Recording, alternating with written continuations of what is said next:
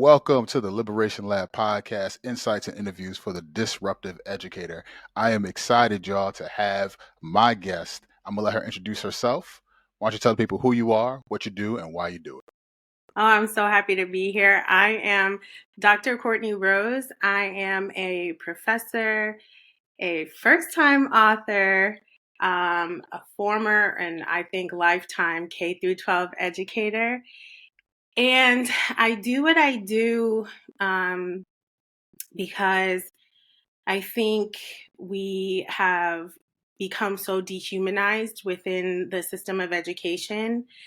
And I hope that I am putting something into the universe, into the ether, whatever, to help us shift that dynamic and rehumanize our practice and our spaces of teaching and learning.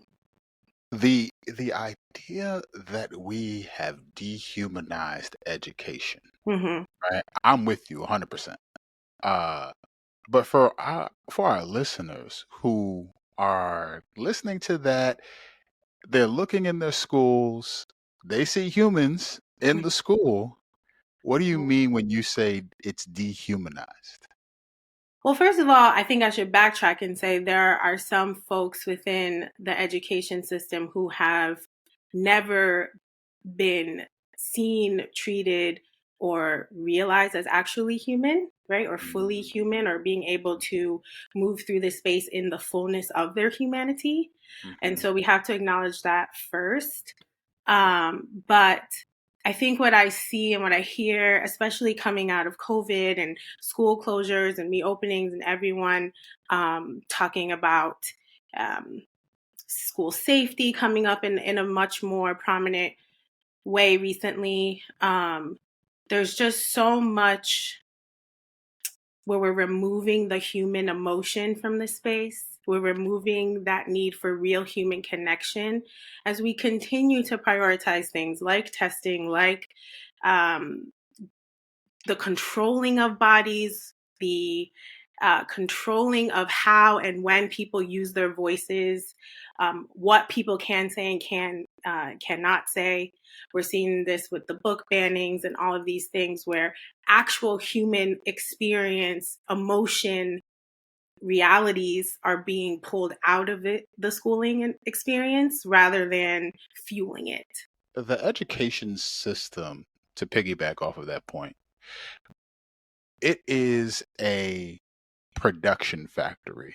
Mm, And the fuel that it uses, it will use its teachers, mhm, it will use its students, it will use the humanity of both, it will use the humanity of its leaders to exhaust all of us to produce more, yeah. more higher test scores, more butts in seats, more money, more what, and so what you're getting at, and what I hope our listeners are hearing, is the way that capitalism, imperialism, and all of those other isms have affected what we do with how we learn, Mm, right? The institution of schooling continues to dehumanize, and it does so with by moving certain folks to the front of the line of that production, mm, namely folks that look like you and I.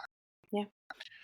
And so, if we're trying to return humanity to education, whether that be in our classrooms, in our leadership, one of the biggest things, all cards on the table, is the power of self reflection in that process.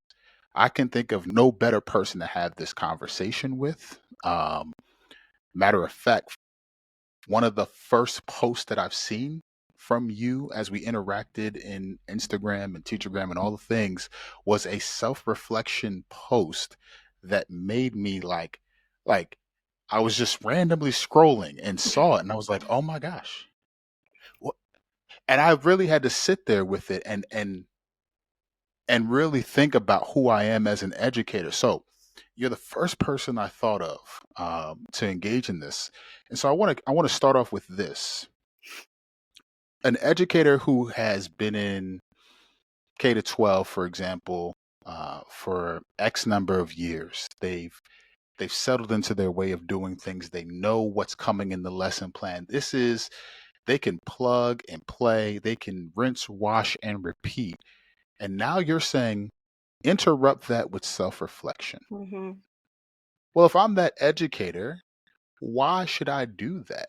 I know what I'm doing. I have a good handle on things. What is it that you are encouraging that educator to do? I think I'm encouraging that educator to remember that we're in constant evolution. And the we is us as individuals, the students that sit in front of us, the education system itself, even though it feels stagnant, right? It has its ebbs and flows. And, one of the folks I interviewed for the book, and but we can talk about how incredibly powerful everyone's contributions were, Bobby's included. um, right, said that if you stay, one of their mentors told them, if you stay in this field long enough, you'll see things come back around, right? And so it does feel stagnant because we've been here before and folks have seen it before, but who's in the seats is not the same, right? Yeah, What's going on when we step outside of the school building doesn't look or feel the same. yeah, And so, right, the lesson, the curriculum, it might be like, yeah, we're just gonna go with the flow here and keep doing what we've been doing. But my question to folks would be, do you even still feel the same about that? Right? Are you the same person you were? yeah, Have you've had life experiences, you've had personal experiences, you've had professional developments, yeah. that either formal or informal. And so I'm asking you to think about, in what ways have you evolved? In what ways have the folks who sit in front of you changed, right? And in Mm, what ways has the context locally, nationally, globally in which we teach changed and actually require us to respond differently? yeah, yeah. I encourage educators all the time to take themselves off of autopilot. Mm, When I say that, we drive into our schools, and typically an educator will, a teacher, educator, leader, whoever, will drive to that school from a different place. yeah. They'll drive in on autopilot, forgetting that what they're seeing around them is the context clues from which they're reading the stories of the lives of the people that they teach. And even so, they drive to the school, and then their lessons are also on autopilot. Mm-hmm. And so we get through the curriculum, we keep up with the pacing guide, we do all the things that, might get us a 4 on the Danielson rubric, or at least a 3, because a 4 is hard to come by. um, we do all of those things, and we forget that we don't teach standards, we teach students. Standards might be the GPS navigation to help us reach them in a certain way, but we forget that the ultimate destination is the humans that we have the honor of teaching. So, I want to cue this up for you. One, we forget very easily. In your experience as an educator, the people you've been around, my first part of the question is a two-parter. Why do you think it is that we forget so easily about the humanity of our students? Hmm. And then Yeah. because I know you want to get right in there. And two, how do we? Yeah, and you might have already answered this, but two, how do we begin to unlearn that practice? Yeah. I think we forget. I think there's a number of reasons why we forget. Number one, the system is designed to promote the forgetting, right? Yeah. Um, One of the mottos that I teach under is never forget what it was like on the other side, right? Hmm. As Hmm. soon as we cross that line and we are now teacher, we're looking at the system from a different lens, where Yes. things are open to us that we couldn't see before as a student. And so, just in that, I think we forget what it felt like to be that kid Yeah. and what we needed at that time, some of us.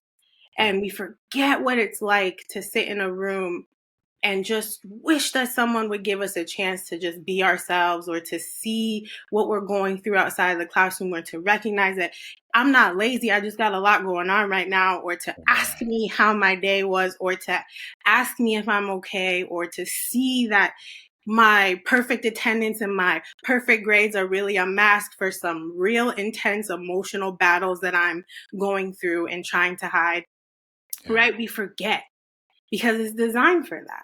Because when we step on the other side, we've got this whole new range of things. Like, it's kind of an extension. Right now I'm the evaluator, but I'm also being evaluated, and so Yes. I'm balancing both of those. And so I can't see you right now because I'm trying to hold on to my own humanity in a system that is asking me to do some really dehumanizing things, but I'm getting paid to do it now, and I got to feed my family, and right, like all of these things start coming onto us, right? Yeah. Yeah. So it's the design, right? It's designed that way to encourage the forgetting, right? Yeah. Yeah. Um, but I also think that, and to shift into the second question, if we can pause, right? If it feels, because I think so many of us from the time that we're kids, we learn to just accept, well, that's just how it is, right? It's just hard. It's just, this is just how it is. But if we learn to recognize the emotional triggers that are signaling to us, like something, this feels wrong, this feels off, and to sit with that instead of pushing it to the side, I think that's a good place to start, Yeah. right? I remember my first year of teaching, waking up every morning and hysterically crying, Yeah. just hysterically crying, uncontrollable, like just crying. And I remember thinking, like, this is not normal, or is it normal? Yeah. And and it took until many years, like actually it really took until I sat down and wrote about that first year of teaching in my book, to really think about and really come to terms with how I had become a cog in this machine of Mhm. dehumanization. Yeah. And that probably the tears that I was feeling was this, like, my body and trying to communicate with me, like, this is not okay. Yeah. Um, and I didn't know what to do with that emotion. I just went into work every day, and Yeah. it was hard. And I was like, well, it's supposed to be hard, you Yeah. know? Yeah. Yeah. Teaching is hard work. This is supposed to be hard. This is my passion. This is Yeah. what I want to do with my life. If it wasn't hard, it wouldn't mean anything, Yeah. right? Yeah. And so I think if we can learn to pay attention to what our bodies are communicating through our emotional responses, through our physical responses, that's a Yeah. good place to start. That second or 5 seconds of interruption does a lot of good. Hmm. You know, to your point, and I'll say this for every listener who is going to tap in here. If you are listening to some guru or somebody who is giving you information and they are always giving advice that starts with you, and they never tell you how they themselves are being challenged or learning, I'm going to invite you to listen to somebody new. In in what you were saying just now, Doc, it it makes me think about two things. One, on the student side, it was my sixth grade year. I was one of two black students in the honors program, and I'm gonna keep it short. But long story short, there was a lot going on personally. My mom was getting divorced. It was a lot of things. I was angry. I didn't know what to do, and it was coming out. I was getting B's and C's in school, which was unacceptable in the honors program and at home.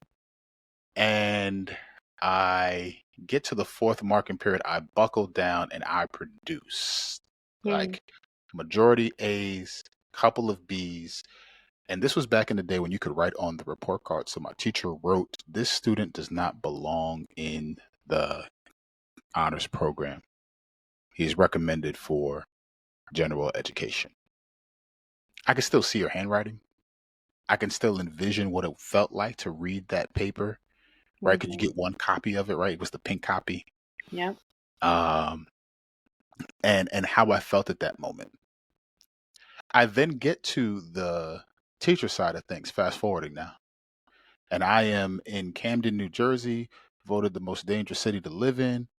I am teaching these kids. I get handed a book called Teach Like a Champion. I call that book Teach Like a White Supremacist. I I I I was given that book and I realized I didn't know how to teach, so I took what was in this book and I applied it. Mm. I was good at it. And I looked like my kids. So they let me get a lot of this stuff off. It was very high control. It was very dehumanizing, and it it quickly removed the humanity that I so desperately wanted to experience as a student. It quickly removed it from me as a teacher. Mm-hmm. And so I began to be complicit in the very system that I am now working, right, to change. Yeah. Um, and I think if I had offer any advice to people who are listening, is the is the first thing we have to do is get to the reality that yes, we can be complicit and there are things that we can do that are going to hurt and harm, but that's not the end of the story. Mm-hmm. And there are things that we can do to begin to make amends, to make things better, to restore humanity and dignity to the field of education, which is where I want to get into your work, Woven Together. Yes. Tell us the impetus for this book. Tell Mm-hmm. us your heart behind it, um, and what you hope that those who would cop it, myself first, uh, will get out of it. I started about 6 or 7 months before the book became a thing, official thing. I just had this urge to write. I had no idea what I was writing. It could have been a workbook, it could have been whatever. And I Mm, just I need to write. And what started to come out in my writing sessions were personal narratives about things that I like my first year of teaching that I just told, all of these stories. And in each story, or as I wrote each story, I started thinking of reflection questions, things that were just coming up that I was maybe just sprung up as I was writing. And I was like, that's just a question. I'm just going to write it. Or things connecting to oh, my students are always in my higher ed courses, my teacher education courses. This is something they always ask when this topic comes up, or this is a yeah. story I should tell because they always ask this question. And what I started to realize was I think this is a book. And I think it's a book about coming into or understanding who I am as a teacher, right? Mm, Or what it means to take on my teacher identity. mm, And then the book became an official thing through the way it does. And I tapped into, I was like, I don't want it to be only my voice. I tapped into teachers that inspire and motivate me who are currently practicing in various levels within the field. Bobby was one. I'm so grateful to you for contributing your story and your wisdom. And through these teachers' stories, along with mine, Woven Together became the title because it, on a number of levels, right? We were all talking about how we wove together the different pieces of who we are to yeah. develop the teachers, the practitioners, the administrators, the consultants, all of the facets of the work that we do. But also, we were weaving together with our voices commingling with each other this beautiful exploration in identity and practice, right? Mm, mm, And this beautiful human emotional experience that becoming a teacher and being a teacher really is. And so, mm, what I hope people take from this book, first of all, there are reflection questions woven throughout the entire thing. Each chapter has anywhere from 6 to 9 reflection questions. So Yeah. Yeah. there's points in each chapter where you'll stop and reflect on what you've read or return to something that you've written before. Yeah.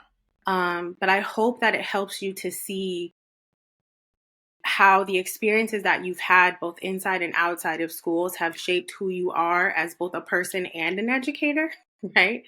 Yeah. Um, but also how you can pull from those experiences to weave together a much more humanizing teacher identity and by extension, classroom or school environment.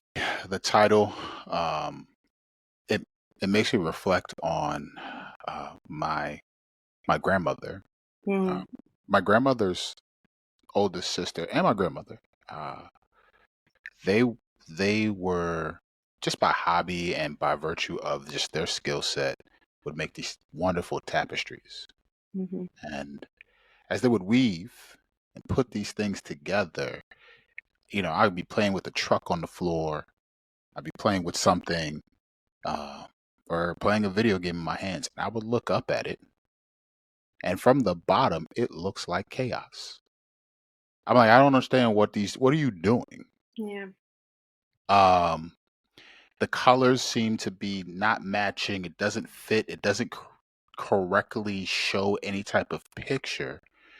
But as my grandmother or my aunt would invite me to sit next to them, what I would see is from just a different vantage point. I would see how what the chaos I was seeing from my vantage point wove together and created this beautiful tapestry. Hmm. And my thought is that we as educators could sometimes feel like I'm doing this and I'm doing that and I'm trying to piece together through self-reflection. I'm trying to piece together through attempting to get restorative practices to return humanity to discipline and how we do things in student formation. I'm having conversations with kids and it just seems chaotic and it's not coming together. But if we would pause and just look from a different vantage point, Hmm. we would see this beautiful tapestry. Yeah. My concern is we're having this conversation in the midst of uh, losing many teachers in the field and in the midst of behaviors that we're seeing in so many different ways in which like we're on the other side of a pandemic that is still happening, right? Even though things might be different now, there's still people being affected, right? um, so could you speak to that for us, right? You are calling us to self-reflect, you're calling us to pause, but we're also in the midst of what could be some really trying times for education. So you know yeah, talk to me more about that.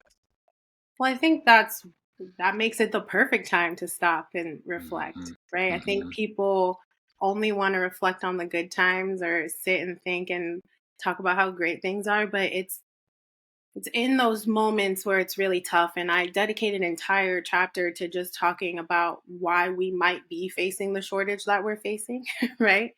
Yeah. And having teachers reflect on whether they've chosen or they're really deeply considering leaving, Yeah. or whether they're really deeply like the fact that we are in a teacher shortage is having them root more deeply into the space, Yeah. right? Like what are I'm just asking people to sit in that for a minute. Mm, Right? And mm, I think our instinct is to look away, to turn away, to just complain. And I'm not saying that airing grievances is not a helpful thing, but mhm. I'm saying what's beneath the grievance? Like what are you feeling? What are you connecting with? What are you hoping for? What is your vision for what this could and should be? And Yeah, how can you be a part of getting there? Right? that part. Because one thing that I really wrote this book to be was and what I call like an action oriented text. I Mm, hope that folks, the reflections that they're writing provoke action. A lot of them actually require action, like go talk to your students or go identify a veteran teacher in your building who has that wisdom of seeing this ebb and flow of the system of the issues in your school specifically, and find a nugget of wisdom that you can take from them Yeah. and use that to transform your practice. Um, if your classroom feels like chaos right now, right? The tendency is to shake, is to like buckle down and tighten it up. But I say pause and have a conversation with your students. Be like, it feels like chaos in here. like, Yeah. and I think it's in chaos. If we can, in the midst of chaos, take a moment to stop and reflect, to breathe, to Yeah. think, to write, to create, whatever that is for you, then I think we can reconnect with ourselves a little bit more. Yeah. Reconnect with that thing that brought us to this field in the first place. And I think, and this might be a little controversial thing to say, but I always say in my classes, like sometimes after students take my classes, they realize that teaching is not the best place for them. Yeah. Yeah. And that's okay. like, you know what I mean? They Yeah. realize that, like, oh, I would be better, I would be able to better serve in a different field Yeah. because I don't have the connection to this that I thought I did. Mhm. And that's okay. And I Yeah. know it's controversial when I say that, but I say it openly because a part of rehumanizing ourselves is figuring out who we are and where, like, a lot of us are trying to help students find their passion from a place of lack of passion, Mm. right? Mm. And So so good. I'm saying make way for the people who live and breathe this field, right? Yeah. Make way for the people who for some of us this is just a job and that's okay, but for some of us, and I write about my story coming into this field, and lots of y'all who I interviewed also share your stories, right? Mhm. There was a moment as I read y'all's stories and listened to them that I'm not even sure all of y'all heard, but that this field like chose us, Yeah.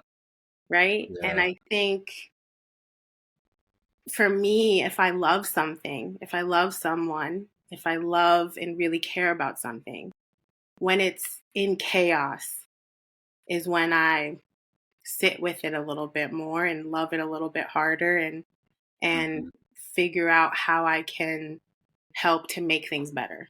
And I know not everybody agrees with that, but Yeah. that's where I sit. I so agree because I think about it from as you were talking, two things came up for me. One is that pause, that sitting with is an invitation to reclaim humanity in it hmm because we are taught very quickly to react to mm, various stimuli, right? If it's loud, we gotta bring it back together. If it's silent and we need talking, then we have a reaction for that. If there's and we do it so quickly because we're always feeling the time crunch of education. So it's like you're asking me to pause, but I feel like I don't have any time. But we do if we're wise about it, right? If we think yeah. through how we do these things and we're willing to make the investment. That's the first piece that you made me think of. And the second one is, and we've talked about this, but I created a framework, and when I go and consult with schools and teachers, the first piece of that framework is recognizing self, Mm, right? It's an exercise in self because as teachers uh, we are trained, we are given classes, we are given curricula in finding and understanding everyone else, a PhD, if you will, in everybody else. hmm And yet we fail to understand ourselves and how we arrive and what are our triggers and how did our formation make this thing what it is, how we respond. Why does this teacher respond this way and I respond that way? We just arrive and we don't do that work. And so I posit, and I'm sure you'd agree with this because our conversations, right? That when we start to reclaim the humanity in ourselves, Yeah. we can then see it, savor it, and pause and reflect in it when we see it in our students and our leaders and just in the field. Yeah. Yeah, One of the things that I often remind folks is like we can't give other people what we don't give ourselves.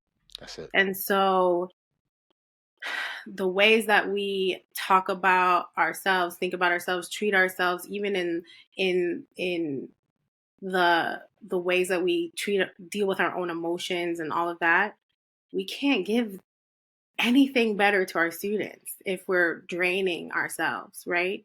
And Yeah, so I agree so heavily with that need to stop and figure out, well, who am I? How am I showing up to the space? And why am I showing up this that part. way? And would I show up in the same way to a different space? And why? Right? That's a So great question. it's a lot of looking in the mirror and asking some hard questions. And I hope people engage with this book in groups, because sometimes we're not the best at telling ourselves the truth. Yeah, yeah, but I think that really sitting down and asking yourself, who am I? What brought me here? And how is that manifesting in how I engage with my students yeah, are just the most powerful questions that we can ask to begin the transformation process in rehumanizing our practice. So, yeah. yeah. Major point of reflection there. So obviously, there's going to be some people who hear this and they're going to say, you know what? I didn't know about the brilliance of Dr. Courtney Rose, but now I need to get her book. Where can people support your work, Yeah. and where can they get this work of love woven together in their hands? Yeah, so it's currently on pre-order. It will drop in mid-December, which is just in time for holiday shopping. So if you got that teacher, friend, loved one in mind, I got you covered for the holidays. And you can secure your copy now on Amazon, Barnes & Noble. I believe the Jossie Bass website has it up already, which is the publisher. And I will be in the months, like 3 months leading up to the drop, be offering some exclusive experiences and resources for those who already pre-order. So if you want to make sure that you're in the running for those, or you don't miss out on the communication about that, you want to go ahead and secure that copy now or as soon as possible, because we're going to start rolling those out about 3 months ahead of the drop. That's awesome. Listen, y'all, go get this book. Buy one for yourself and your teacher bestie. And just like Dr. Courtney has told us, returning humanity means making space for it, right? And the proverbial treadmill of education has set to the fastest speed, because it believes incorrectly that if we stand on it and run fast as we can in that direction, we're going to make progress. But treadmills, you can run real fast, but you're not moving anywhere. You're in the same place. And so let's return that humanity by taking that pause, taking that break, and sitting in that discomfort. Yeah, I love that. Any final thoughts for our listeners, and tell them where they can connect with you and follow you? I always love sitting down and talking with you, Bobby. So I'm always so inspired. I have a bunch of writing to do tonight, so perfect timing. But I think your closing remarks about sitting in that discomfort, listen, there's so much growth that comes when we sit in that discomfort. And so my hope is that this book helps you get a little bit more comfortable being uncomfortable. But if you'd like to follow me and my work or engage with me more, I'm on most of the socials at Dr. Courtney Rose. So Instagram's new friend, Threads. Mm-hmm. I I be on the Bird app a little bit, but not too much. Right. But yes, you can follow me on most of the socials at Dr. Courtney Rose. We'll also put a link to her book and her social media links in the description for all our listeners. Thank you for sharing this time and sharing this space, and thank you for your work of love that I'm confident will help transform education as we know it if people put it in their hands and apply it. So thank you. Thank you for having me.